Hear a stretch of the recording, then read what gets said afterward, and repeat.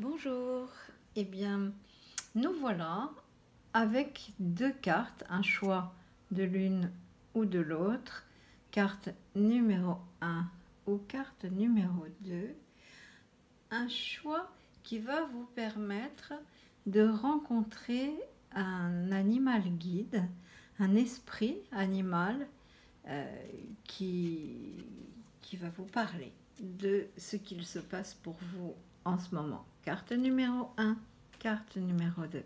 Vous avez choisi? On respire, on se concentre. Et nous y sommes. La carte numéro 1. La carte numéro 1 vient vous parler de l'esprit de l'écureuil et vous dire de croire en vous-même. De croire en vous-même parce que vous avez accumulé de la sagesse et de l'expérience. Vous avez à portée de vous tout ce dont vous avez besoin, même si vous n'en avez pas toujours l'impression. Et une abondance de ressources est à votre disposition grâce à la générosité de l'esprit et à votre dur labeur. L'esprit de l'écureuil se présente lorsque vous avez besoin qu'on vous rappelle que les glands que vous avez rassemblés sont bien rangés et que votre stock a le potentiel d'augmenter largement. Par conséquent, vous pouvez vous détendre en sachant qu'il y en a toujours assez et que vous avez les qualités nécessaires pour co-créer la réalité que vous voulez vivre. Grâce à une préparation minutieuse, vous avez acquis sagesse et force. Vous avez un énorme potentiel. Croyez en vous-même, car l'esprit croit en vous et il veut que vous sachiez que vous avez assez de ressources et que vous possédez les qualités nécessaires. Et cette vérité peut vous donner l'impression d'être en sécurité, de retrouver une sérénité. Cela devrait être le cas car vous avez autour de vous tout ce dont vous avez besoin à présent. Alors, le caractère imprévisible de la vie a peut-être pu ébranler votre confiance en vous et votre capacité à relever les défis que vous rencontrez. L'idée de ne pas avoir assez ou de ne pas être assez bien peut vous perturber, vous déranger. Avez-vous oublié vos points forts, votre sagesse et vos ressources? Vous êtes arrivé jusque-là grâce à votre intelligence, grâce à votre créativité et en utilisant le potentiel dont vous disposez pour vous aider dans les moments difficiles. L'esprit de l'écureuil vous soutient, vous dit qu'il est temps de repenser votre vie, de vous souvenir que vos besoins ont toujours été satisfaits pour votre plus grand bien, même dans les périodes difficiles. La vie vous aime en fait, et tellement de trésors sont cachés au vu et au su de tous, prêts à être révélés lorsque vous en avez le plus besoin. Alors détendez-vous. Détendez-vous. L'esprit de l'écureuil veut que vous sachiez que vous êtes prêt pour ce qui vous attend. Faites-vous confiance et faites confiance à ceux qui vous soutiennent. La carte numéro 2. Qui nous parle? Eh bien, c'est l'esprit du faucon.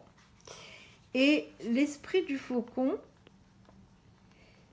vous dit, vous n'êtes pas tout seul. Laissez l'esprit être votre guide. Le faucon qui vole haut au-dessus des paysages a une vision d'ensemble. Et tout en percevant les petits détails, il observe la pluie et les temps comme le nuage. Rien ne lui échappe. Lorsque l'esprit du faucon arrive, vous êtes appelé à prêter une grande attention aux messages de l'esprit qui peuvent apparaître partout, sous n'importe quelle forme. Alors, écoutez votre intuition et restez à l'affût des synchronicités. Vous savez, ces coïncidences qui sont riches de sens. Vous ne devez pas ignorer les signes qui sont envoyés par l'esprit pour vous guider. Ces derniers temps, peut-être que vous avez entendu le même mot, la même chanson, rencontré le même symbole, vu les mêmes heures. de façon complètement inattendue, dans des lieux saugrenus parfois. Peut-être vous entendez une chanson dont les paroles se rapportent précisément au sujet de vos préoccupations. Où vous commencez à avoir des images bizarres ou des panneaux d'affichage. Enfin bon, tout ça n'est pas du hasard, le hasard n'existe pas. Donc, on vous demande de prêter attention à ce qui se passe autour de vous, aux animaux qui apparaissent. L'esprit du faucon veut communiquer et ses tentatives sont multiples. Et lorsqu'il apparaît, c'est le signe qu'il faut l'écouter. Alors, le moment n'est pas de croiser ces signes et de vous en rendre plus ou moins compte en disant « Oh, ben c'est joli ». Non, non, non, non, non. Non, non. On vous demande de prendre le temps d'observer les motifs récurrents que vous voyez. Et pourquoi? Ben, pour laisser venir votre intuition. Elle est grande, elle est forte, elle est même particulièrement forte, plus que beaucoup d'autres personnes que vous connaissez. Et même si les messages ne sont pas confirmés d'une manière cartésienne par des preuves du monde physique, votre intuition vous dit la vérité. S'il vous semble illogique d'être à l'écoute maintenant, faites-le malgré tout. Écoutez-vous.